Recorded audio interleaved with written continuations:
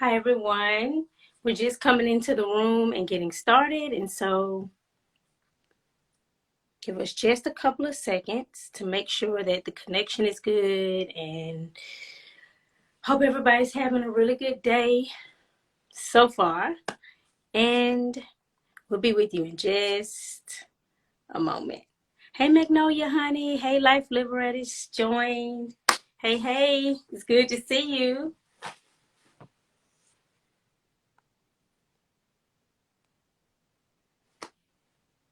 All right. So I'm trying to get my partner in here, and the founder of Women Without Limits. I'm not sure what is going on. It could be me trying to figure out how to work this thing.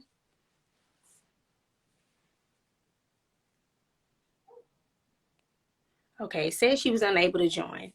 So today, oh nope, there she is.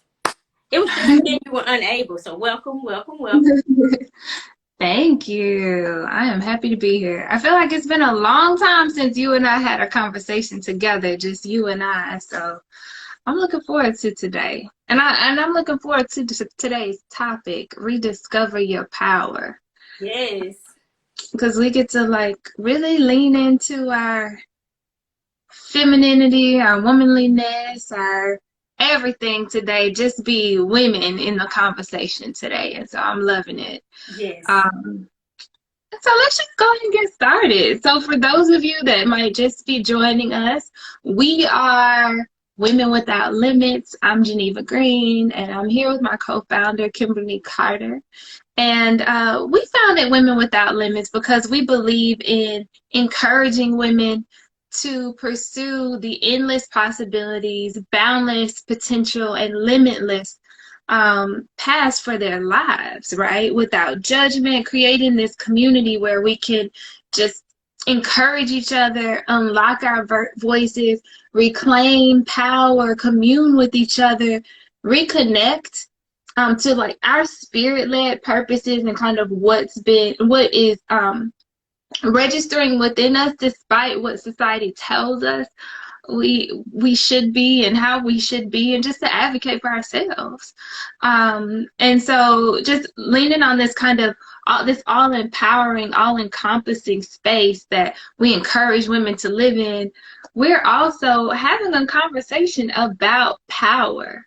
And so this conversation came about because Kimberly and I were talking about all of those things that maybe we were thinking about or taught were not a part of our strength and our power, but we actually learned that is a part of our power and so important to embrace.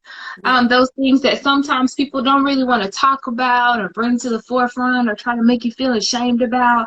And it comes off as if it's your weakness, but it's not our weakness at all, right? And so that's what we'll talk about today. The first question just being, Kimberly, where were you told a woman's power comes from?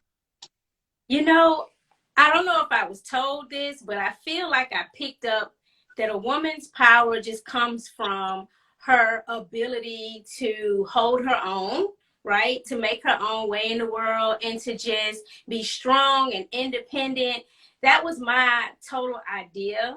And a lot of it was TV, movies. Some of it is what I saw at home, but a lot of it was society. So, Mhm. Yeah, I think what comes to mind is I always think of, I guess, the Proverbs 31 woman, where she does it all. She takes care of family, she makes the food, she she sews clothes together, and she does all of this stuff. And which is great. And I'm just not sure at what point did she start to take care of and acknowledge her own kind of being in space too, and what time and at what place and at what point does she acknowledge that? And so I think I've been taught that the power of a woman comes from what she's able to do and be and build for others. And it doesn't, and I never really stopped to think about, hey, maybe my power just is. It's not because of something that I've done or have to do, but it's a power that just comes from just my existence and all of those parts that make me a woman. But you know, the Proverbs 31 woman was taught incorrectly. It to me, when I heard growing up in church, was that she did those things, but in actuality, she had maid servants, hand servants, and other people that she delegated tasks to, and so they would be running all of these home things for her, and she would be running her own business. And so when people Mm, try to make you feel like you're being lazy if you hire help to help you clean up so that you can focus on your business, that's a lie. And that's what the Proverbs 31 woman did. She mm, outsourced. And that's how she was able to do that. And once I mhm, started realizing that some of that was not fully taught, right? Then mhm, I started recognizing that maybe things were more doable than I had assumed. But I'm glad you brought up the Proverbs 31 woman because she has been a lot of people's, I don't want to say like standard, and maybe they felt like they couldn't reach all of that. But I just feel, mhm. again, if it's taught the correct way, then maybe people will start feeling like, whoo, I don't have to do it all, right? And I don't have to be it all. Like I can get help. Right. And this isn't a conversation about the Bible.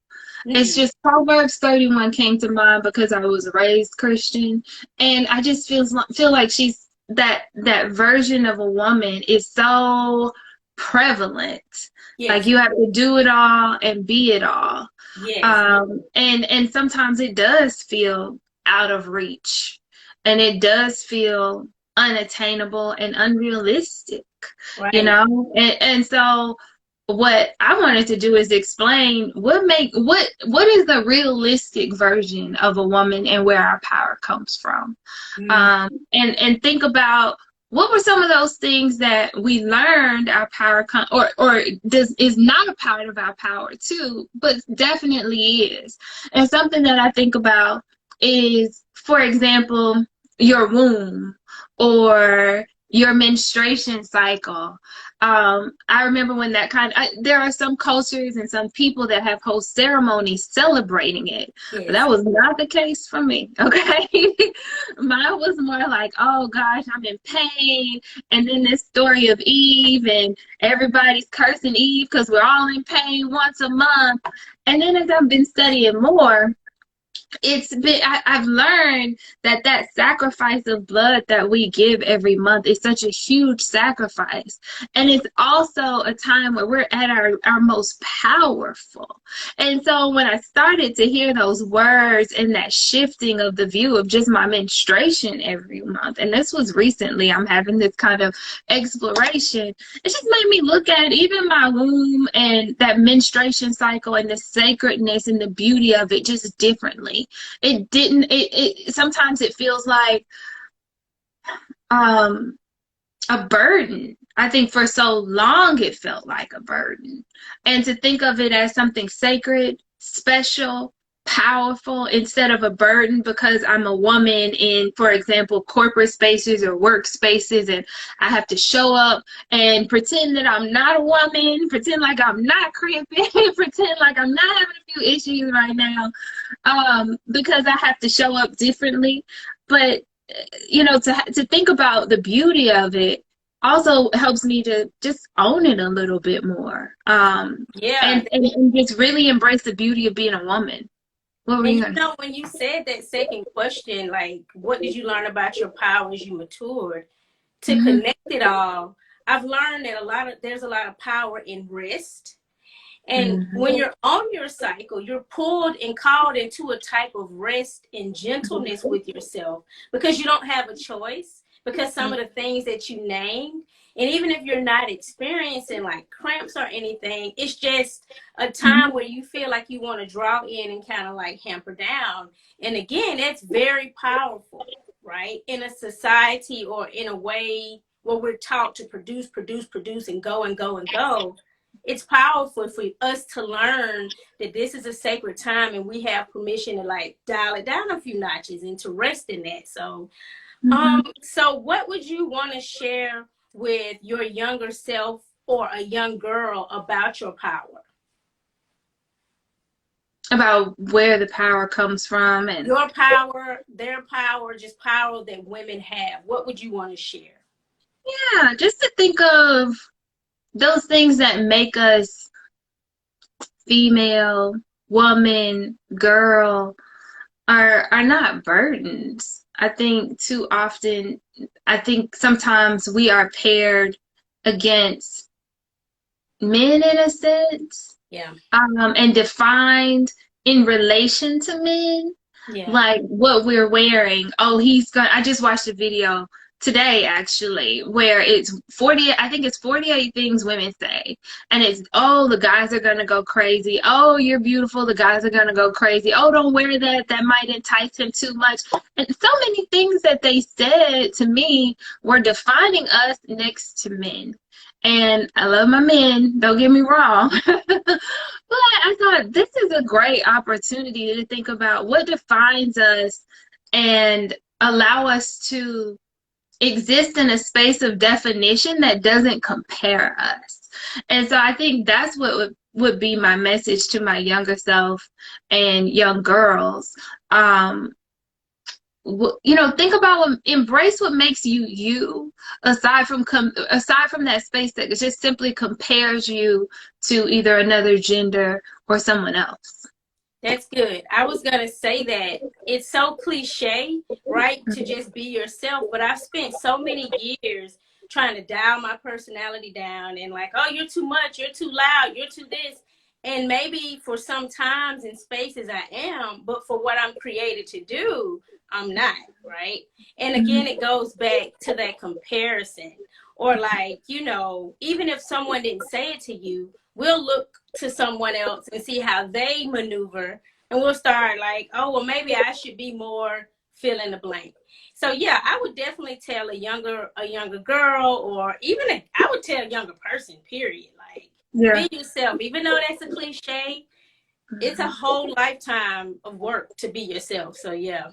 So what Yeah. would you oh, go ahead. Were you going to say something? Yeah, I just think you never start too early. Just being able to walk kind of in your truth and what's true for you.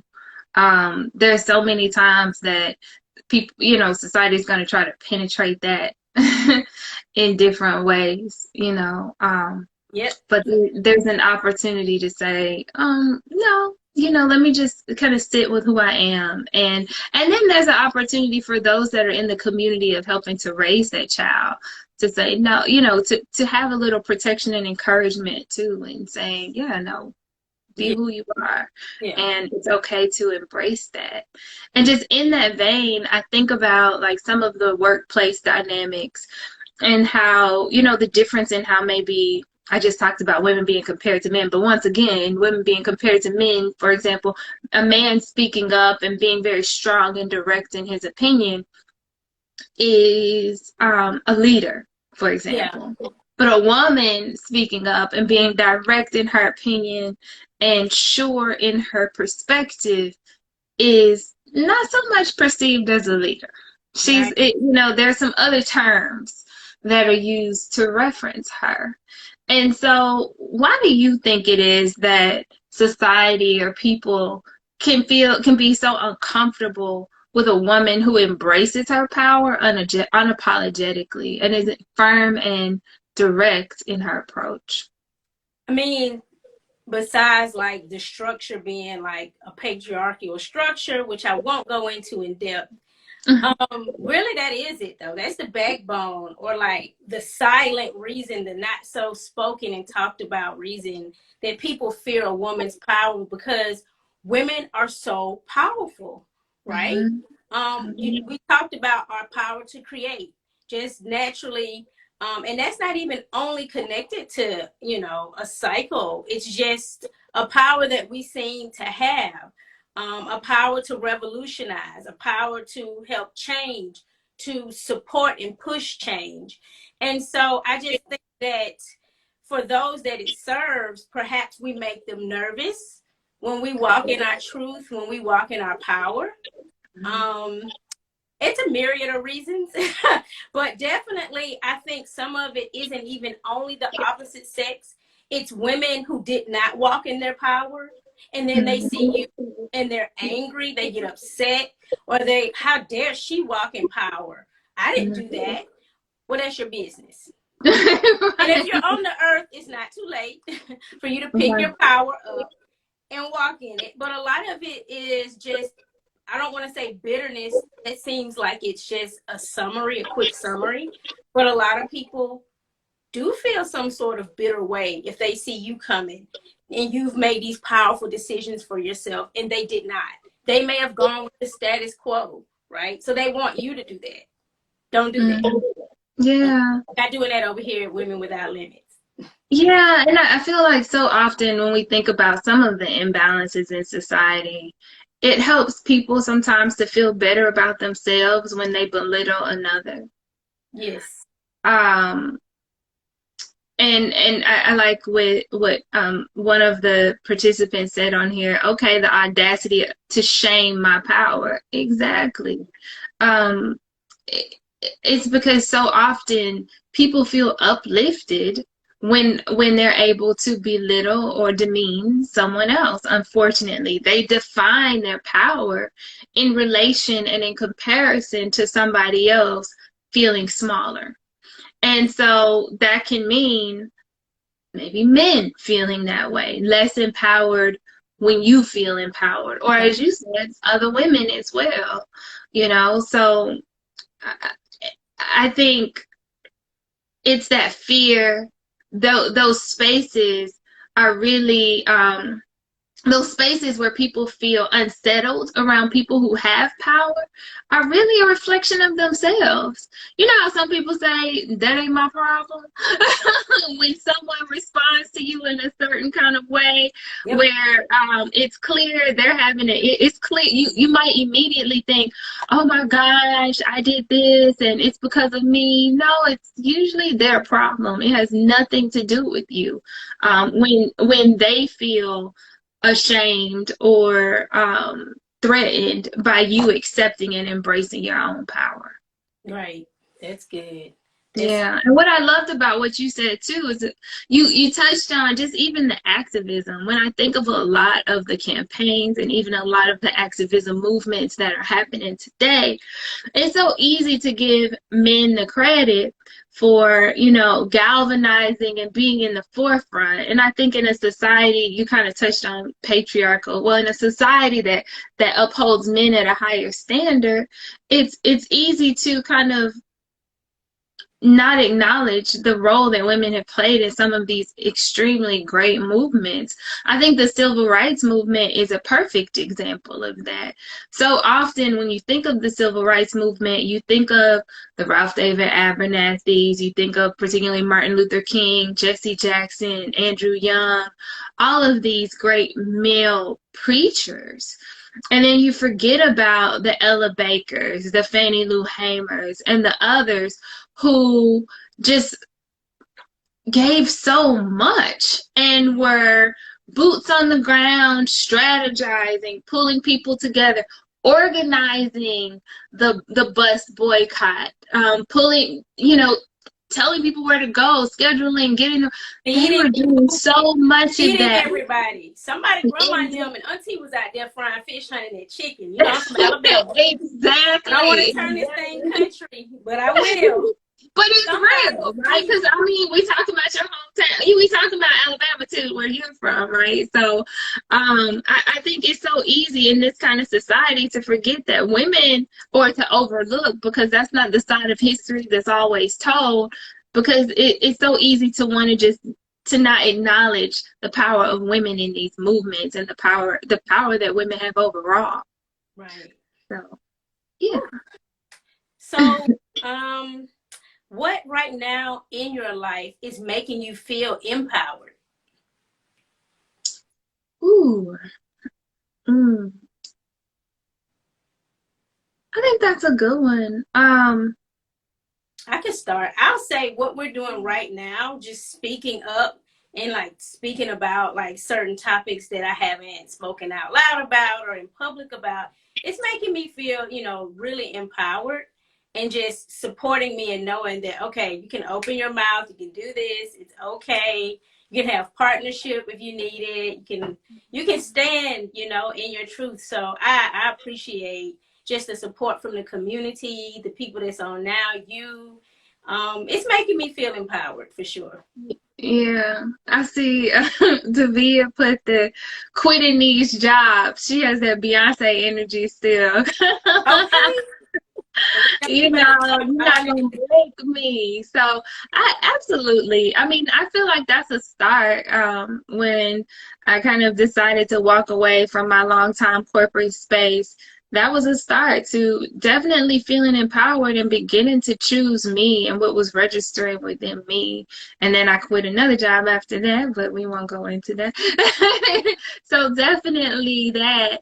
And then it looks like get math fit. Dana said, taking risks while going after what you want, continuously surprising herself of what she can do. And so, yeah, there's absolutely power in that. And I think that was, I relate to that because that's been a part of my own journey too. I feel like I'm discovering something new about myself every day. And in a sense, I think my answer was also going to be, quitting those jobs, quitting the people that just need to be out of your life, quitting these spaces that just don't feel accepting and embracing. There's power in all of that, and that's what I've done a lot of recently. And then there's this spiritual grounding that comes out of it for me, just kind of this spiritual access and connection that I'm diving more into and exploring from like a holistic, from a traditional kind of perspective, that's made me feel very powerful. I remember just walking not too long ago and thinking, wow, there's a lot more power in me than I realized. Whether you talk about the power in the physical, the power in the spiritual, the power in our ability to heal ourselves and others. All those things just help make me feel powerful. Just embracing completely who I am and exploring what those different aspects of myself are. That's good. It's really Mm-hmm. good. And it's shining through. So let's see. Name ways, and you kind of just touched on this, ways that you strengthen your power, like things that you're doing. And you kind of talked about it, tapping into more of a spiritual grounding from a traditional background, going more into the spiritual, and just walking in that and realizing who you are. So I thought that was good. Um, Yeah, and it's no knock against religion. Religion has its place too. I think you find those things that help you to feel more grounded and connected to whatever higher power you deem, right? And whatever kind of creative creation power that you feel most connected to. I think that's what also helps me to focus or understand my power in yeah, because connection to, but also understanding kind of the divine and the creative energy within me. yes, and the spiritual exploration that's going with that, it's beautiful, right? And Mm-hmm. it doesn't. I mean, for me, I have not totally, like you said, walked away from like the tradition I was raised in. However, I've opened up a whole new world of just spirituality, and for me it's been more flowing in the spirit, but it's been very, like you said, grounding, very eye-opening, coming away from traditional like interpretations of stories, like I said earlier, like about the Proverbs 31 woman, if you will, and just incorporating in myself my own understanding, reading it for myself, and getting like a more realistic, right, rounded view of some of the stories, and it's been making me feel, more empowered. So yeah. And Yeah, and then sometimes sometimes this conversation can feel abstract, like, oh, go get spiritual. Well, what does that really mean? And I'm glad you said like reading, maybe understanding other interpretations of some of the things we've learned thus far and getting more information because there are a lot of views of one story, and then thinking about what view registers most for you.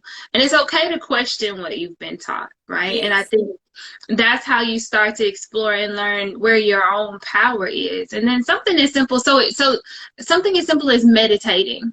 And so um I realized as I've been doing my spiritual exploration, I thought meditation was just, I need to sit here and try to be quiet, right? And that day near killed me because I cannot sit there for 20 minutes and say nothing and think nothing. That just ain't me, okay? And so that ain't my ministry. And so recently I started recognizing and understanding that there's so many other ways to get connected to a power and to ground yourself and to meditate. And when I started exploring those different ways, you can do things like maybe it is a track or some music that you need to listen to. You can do it while you're washing your dishes. As long as you're intentional about, hey, I'm going to spend this time. Yes, I'm doing this action, but I'm also going to spend this time to be intentional about connecting with what's in me and connecting to whatever power that I subscribe to, right? And I realized that in order for me to meditate, I can do it while I'm walking and exercising. I need water though. I realized I need to get in the tub. I need to be in a shower, something. Cleansing. Because Water it's is that cleansing. element of water that just really helps me to get so much more connected. And when we think about some of the traditional kind of spiritual beliefs, when you can kind of connect with some of those elements, the earth, the water, air, fire, and kind of have a candle flowing, connect with different senses, all of that together can really be meditative. It doesn't have to be that you're just sitting in one place. You can definitely have moving meditation. There's so many different ways as long as you're intentional in that time about connecting. Yeah, yoga definitely helps me. I discovered yoga thanks to my classmate that was just on here, like 2019, and it really helps me like stretch out stress and release. Journaling is another thing that I love to do, and it helps. That I need to do that I haven't done in a few weeks now, but it's very helpful. Like you just mentioned, elements of bringing in water and all of those things, and how you set your intention or how you think about and envision them. So I'm glad you said that. Definitely. Yeah, Um, and for those of you yeah. that are on, if you have other suggestions too, how do you get connected? How do you get connected with your strength, your power? So just type it in the chat. We'd love to hear some thoughts from you too. Yes, and the next and last question: have you been experiencing any resistance to like owning and walking in your power, even if that resistance is internal, right? So a lot of times when we think about resistance, we're like other people trying to keep me down, which is not necessarily a lie. However, Right. I've been my own biggest resistance in so many ways and in so many areas in my life, right? And some of that could be a product of seeds that were planted by others, but some of that is not. Some of that is just me, right? Oh, somebody said Beyonce. Okay, right. And positive manifestations, that's good. I also listen to the Rampage. There's this woman that does some Rampage, just some chants of affirmation that helps. I love the idea here about journaling with a candle. All of those are awesome when you take the time to do it. So that leads me to the question um, that you asked, what's the resistance? Simply busyness. For me, just sheer busyness. There is always something to do. There are always 50 million 11 things to do. Facts. On your to-do list, there's always something to do around the house. If you have kids, there's always something to do with the kids. It's always something to do with work. It's always something to do with exercise outside of work. There's just always something to do. And sometimes that keeps us physically busy. Sometimes that just keeps us mentally busy too. And so when we say just taking the intention, you can also take that intent, that busyness, and turn it into that meditative space, but you have to allow yourself to get there. And one thing that makes it hard for me to meditate, just sitting there, just still meditation, is because my mind is rolling with 50 things, you know? And so when I walk, when I'm next to water and I'm listening to the water, when I'm immersed in the water, it all helps me to kind of focus a little bit more and listen. Um, but I have to quiet myself. Walking is Um, good because then you get out of mhm, your space, unless you're on mhm, a treadmill. But even then, you can just focus in on like this space, right? mhm, And if you go outside and walk, you're getting out of your home, which is normally what's on your mind, right? Like, I need to do the mhm. dishes, vacuum, do some laundry. I haven't Right. done this. And it keeps your mind open with all those tabs. And I think another trick I learned was to just create, even if it's just a corner that's always clear. So if you want to sit down and think, you don't close the door if you can, maybe put up a divider, a curtain, then you don't see all those other things that you haven't gotten to, right? And then maybe Mhm, have a short moment, and it doesn't have to be long, right? If all you can do is 5 minutes, you're 5 minutes better, right? So don't even think about like, well, if I can't do 30 minutes, it doesn't count. It can be 3 minutes, right? 3 minutes of mhm. calming your mind or just scribbling out in a journal is probably better than 0 minutes, right? So Right. I had to I teach love myself. what Dana put here. Get math fit. What she said was facts. I started waking up an hour earlier before I wake the kids up to do my journaling and I think she meant meditation. It helps me plan my day and start the day calmly. That's wonderful because you're setting some time and reserving the space for yourself. I think Toni Morrison, whom I love, the Nobel Peace Prize winner, writer, and just brilliant woman. She used to do the same thing. She was a single mom at a time where being a single mom was not as popularized as it is today. And she she was raising her two sons, and she had a full-time job. And she said to write, I would get up before they did every morning and just write something, Mm. with intention and just journal. And all of that manifested into the legacy that she's left us with today. So it's Mm. just a start, one day at a time. And it's allowing you to, I think what you were getting to too, Kimberly, is just to be present. When we're thinking about what just happened, what might happen, what needs to happen, when we kind of separate ourselves and zone out of that and meditate and just kind of be intentional about focusing where we are, it allows us to be present in our own body and in our own space. And, That's and so that's what I think is so powerful. And that's where that's where you can then recognize your power and your and your ability to be able to decide, you know, what to do next. right.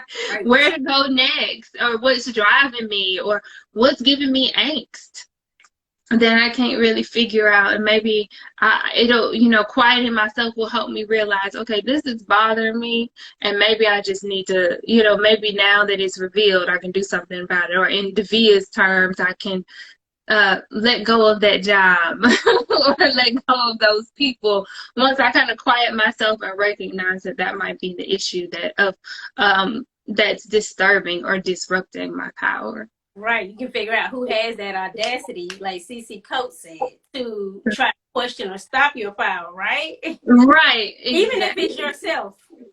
Yeah. Guilty. I'm guilty. Wow, this is enlightening. And now I have felt very convicted. Like, get back into your journaling. Thank you for the light the candle suggestion. I needed Yeah. to definitely clear Yeah. my space. So, Kimberly, as we think about just kind of closing out, like, what's your vision for? I mean, we take this kind of journey with our power day by day, but Yeah. what's your vision for where you want to arrive in your relationship with understanding your power as a woman? I just want to be a force. Like, I just want to be an unapologetic force, right? Hmm. Like, no matter what it is I'm doing and no matter where it is I'm going, that I'm doing it with intention, unapologetically, whether it's just I'm going to the store, I'm walking down the street, and it doesn't have to be anything grandiose, right? I just want to be the force that I know I was created to be. And by force, I don't mean it in a bad way. I mean, like, powerful enough to change the atmosphere and the trajectory of what's going on around me for the good. Like if I could, I Mm. would just sprinkle confetti all over the place and give everybody smiles and hugs. And sometimes that's what's needed. So I want to Yeah. be unapologetic in that who I am, right? My joyfulness, my black girl joy. I want to just Mhm. be unapologetic, like, and not in a false way, but Mhm. just in like, no matter what's going on, you're not gonna be able to take my joy from me, right? Mhm. Because the world didn't give it to me, honey, and the world can't take it away. What about you? Right. I think, where do I want to see it go? I just want, I mean, I think like you, I just want to achieve such a level of comfort. I think sometimes our power can fear, I mean, can not fear, our power can scare us, and what it can be. And Yeah, so I just want to be in that space where I've journeyed to appreciate it so much. And just be quiet in it.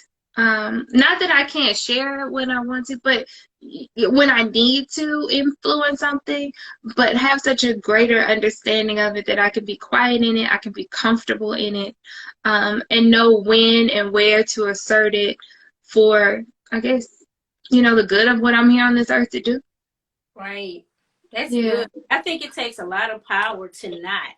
You know how you said to not always? It takes a lot of power in the Yeah, and to be in, and practice. to be in that pace where I don't have to prove my power to anybody. Right. Sometimes I feel like, I guess I've had that challenge sometimes where I'm like, no, I'm not weak.